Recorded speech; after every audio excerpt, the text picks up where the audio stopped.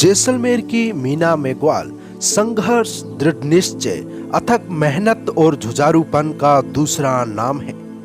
मीना मेघवाल जैसलमेर के पांचेली गांव से संबंध रखती है। पांचेली गांव गोडावर्ण आरक्षित क्षेत्र के नजदीक है, इसीलिए आज भी यहां 4G नेटवर्क नहीं है। गांव में न सड़क, न 8वीं के बाद स्कूल। इन सब के बावजूद मीना मेघवाल ने रीट 2020 परीक्षा में अपनी सफलता दर्ज कराई। मीना का परिवार बहुत गरीब परिवार है। पिता गुणेशाराम बकरियां चरवाते हैं, वही माता गृहिणी है। बड़े भाई पीथाराम का कुछ वर्ष पहले एक्सीडेंट पे एक पैर टूट गया और अब वो घर पे है, कुछ काम नहीं कर सकते। मीना को बचपन से ही पढ़ने का बहुत शौक था। वह हर कक्षा में प्रथम या दूसरे स्थान पर आती थी। 8वीं के बाद मीना के सामने एक मुश्किल सवाल खड़ा हो गया कि अब गांव में स्कूल है नहीं, बाहर पढ़ने पेरेंट्स भेजेंगे नहीं। इस प्रकार की परिस्थिति में अक्सर बच्चों को स्कूल छुड़वा दिया जाता है, विशेषकर लड़कियों को। मीना यह समस्या लेकर अपने अध्यापक प्रताप सिंह के पास गई। अध्यापक ने मीना के पेरेंट्स को समझाया कि मीना पढ़ने में होशियार है, आगे पढ़ना चाहती है, आप इसे आगे जरूर पढ़ाएं। इस पर मीना के पेरेंट्स उसे पढ़ाने को तैयार हो गए। अध्यापक की सलाह पर मीना ने प्राइवेट 10वीं और 12वीं कर ली। इसके बाद प्रताप सिंह ने उसे सलाह दी कि तुम BSTC कर लो। मीना ने BSTC प्री एग्जाम दी और उसका अच्छे नंबरों से हो गया। एक समस्या खड़ी हो गई।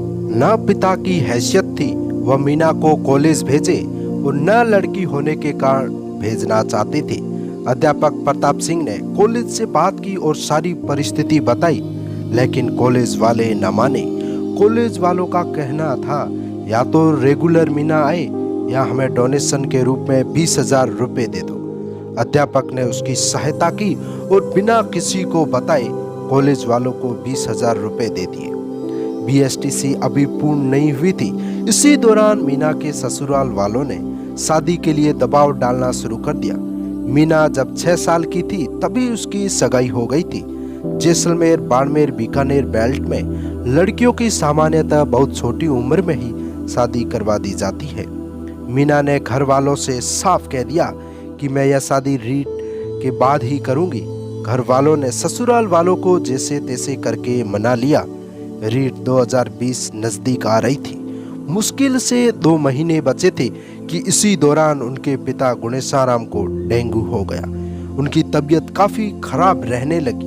वो अब बकरियां चरवाने नहीं जा सकते थे, इसलिए मीना अब बकरियां चरवाने जाती थी। मीना साथ में किताब भी ले जाती थी और बकरियों को चरवाते समय पढ़ती थी। मीना ने 2020 रीट एग्जाम दी।